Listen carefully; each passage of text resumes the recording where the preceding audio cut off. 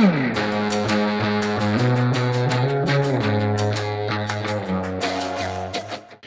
morning, guys. This morning I want to talk a little bit about microgreens.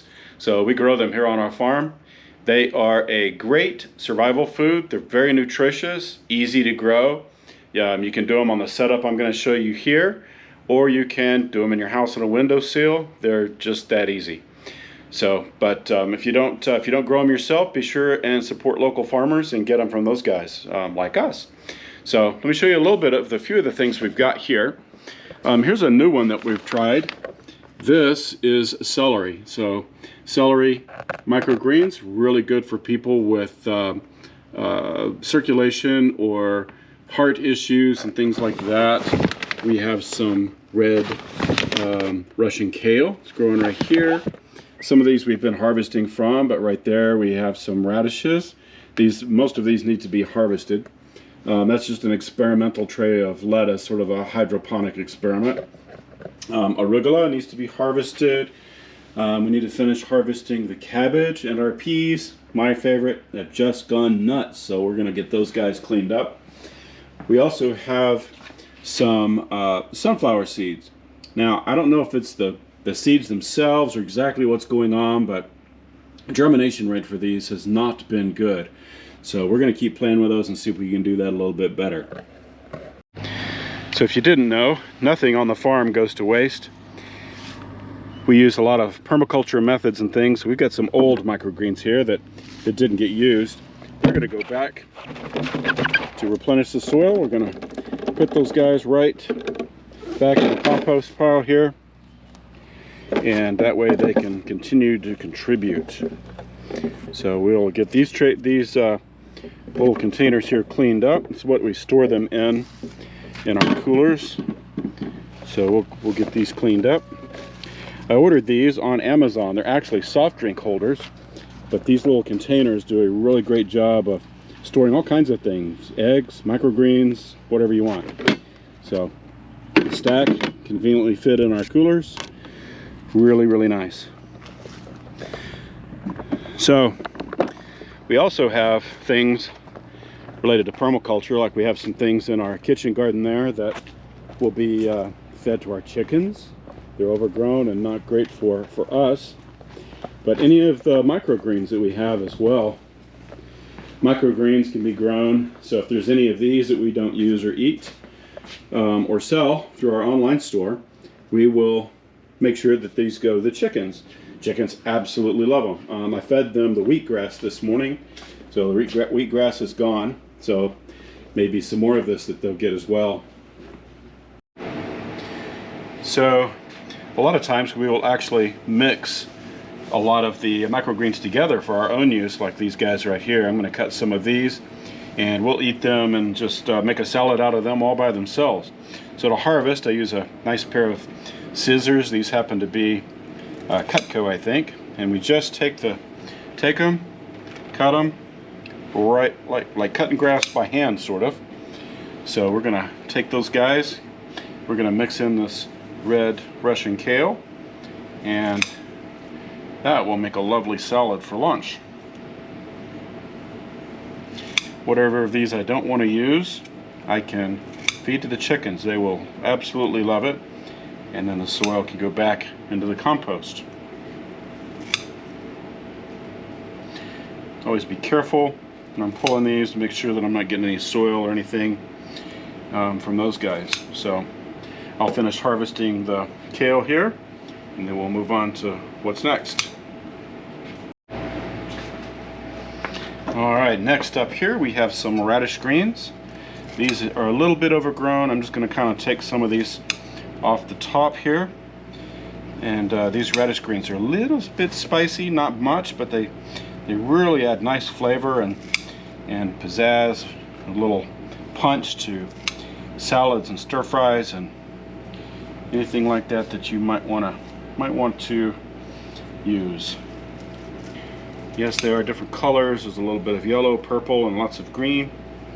The microgreens are super nutritious and very, very good for you. So these guys have absolutely gone crazy with the peas. So we're going to take the tops off of these and cut them up and add them to this salad. I probably have so much here, I'm not going to add them all to this salad mix that I'm putting together, but probably put them in a separate container, or maybe I'll just feed them to the chickens and take you guys along and see how they like it. So just cutting them off into bits and pieces. So get all of these guys mixed in. Of course we could mix it in the house in a salad bowl, but you see just the beautiful salad greens that we've got going here. So if you're looking for a food source for your home or your homestead, microgreens are an awesome way to do that. Even in the winter, if you got a windowsill with light, or if you could use some like we use the shop lights, I'll show you guys, but they do a great job and easy to grow. So they don't have salad greens and things based on all that's going on around us. Nutrition is hard to come by. Some of the things in grocery stores are not great. You can get a huge nutritional punch by growing and using microgreens. So we're gonna get these guys all ready to go. So there's enough for that. Now the rest of these we're gonna feed to the chickens. Actually, I'm going to harvest some more of this and put it in a separate container because there's a lot here. And then we'll feed it to the chickens. So I came out to show you guys the chickens, how they like the microgreens, but something had these guys all in their coop and very spooked. So I'm not sure if there was a hawk or what was going on, but they sure are all staying together and not doing the chicken thing this morning too well. But I did also bring them. They're probably full. I brought them, you can see on the ground here, a lot of scraps and stuff from the kitchen garden. Some radishes and arugula and stuff that was overgrown. But there's a couple takers going on over there with the pea microgreens I just put out for them. But yep, they will. Those will all be gone by this evening. They will get all of that eaten. So when you grow microgreens and feed it to your animals, that's called fodder. But a great way to feed your animals, feed your chickens with the overgrowth or things that you may not use yourself. So just put it all to use. Part of the permaculture principles here on the farm, making everything useful and work with nature instead of against it.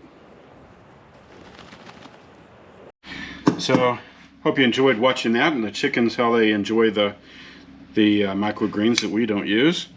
I decided I would also go ahead and harvest these larger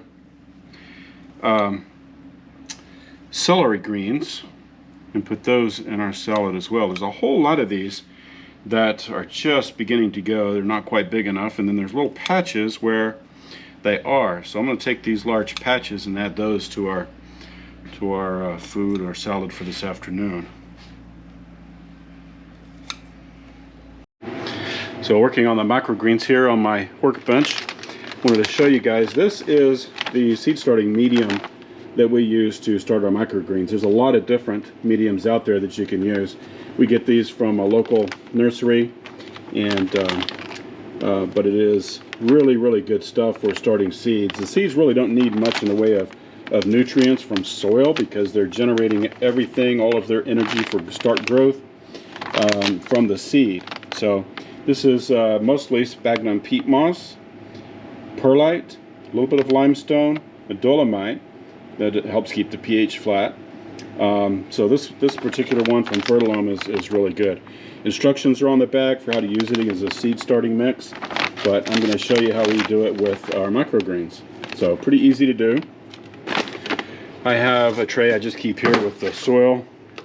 We have so these are 1020 trays. If you're not familiar with them, this is called a 1020 tray. You can get them at places like Haas Tool, Johnny Seed, and True Leaf Market, different places like that. And then we have these short ones that don't have much depth to them. So we'll put that on the top, and then we will start adding the soil to that, or the growing medium. In this case, it's not really soil, it's the seed starting mix.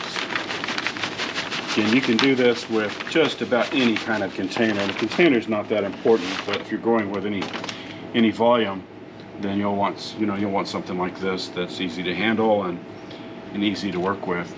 So just it's apparently got a little bit of moisture in it from sitting here on the bench, but then I'm just gonna spread this out, break up any of the clumps from moisture from the humidity out here, and keep this spread out pretty evenly across there. And then that one is ready for us to plant. So we'll talk more about that planting these in just a minute, but for right now I'm going to leave that one right there, just kind of even it out, smooth it out, and it's good to go. So I also wanted to show you guys, we have of course I just mentioned these are the 1020 trays that we use, but we can also get from gardening supply companies these little trays or pots like this that have some little slits in the bottom. So you can put how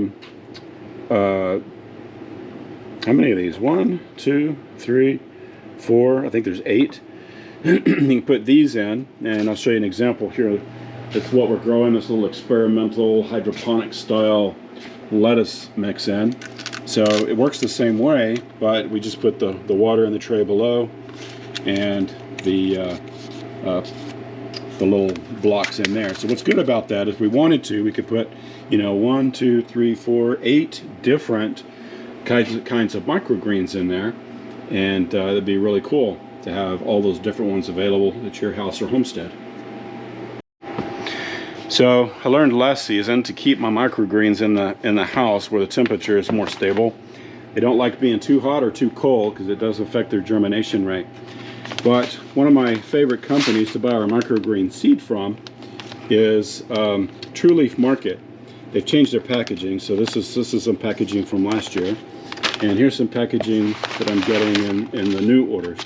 But True Leaf Market, they have all the supplies and everything you need, from seeds to the pots, planters, all kinds of stuff. So great company, and you can order them in different sizes. I think these are all 1-pound bags. So the first ones I'm going to plant this morning are the broccoli microgreens. So you can weigh these out. I think it's 1.25 ounces per tray. But I basically just want to sprinkle these evenly, and just to make sure I've got quite a few on there to get a good growth. I've learned that if I overcrowd a lot of these seeds, then I get poorer germination. But if I get a little bit more even, you may not be able to see this on the camera, but because these seeds are really tiny, but get those guys fairly even on here. Try not to have any bald spots. And it looks about right. So next thing I like to do on using or planting and growing microgreens is I keep these little water sprayers on the bench here, and I will first spray the top of this, and that will help excuse me, this really dry seed starting mix. It will help it begin to absorb the water from the tray.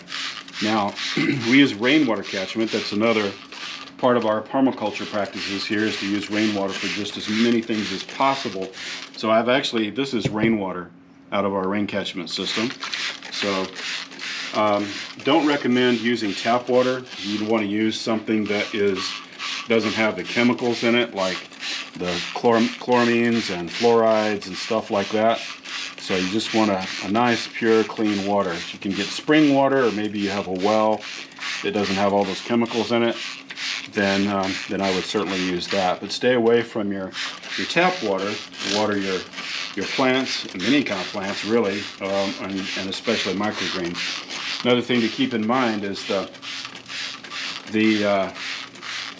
tap water has all those chemicals in it, and its purpose is to kill viruses and bugs and bacteria and things. But when we put it on our plants, we're also killing any microbial activity that should be going on in the soil, and we don't want to do that, and whether it's in our gardens or anywhere else, such as here in our seed starting for microgreens.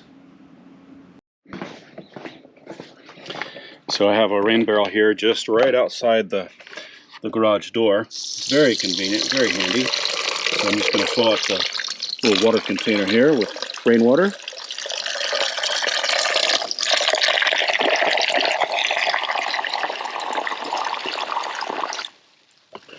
And then we'll add this to the lower 1020 tray that we already have labeled for planting our broccoli.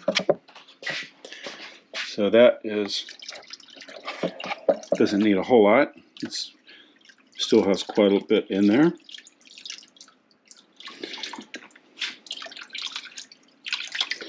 All right, then we'll bring the 1020 tray planted with the broccoli over and put it in there.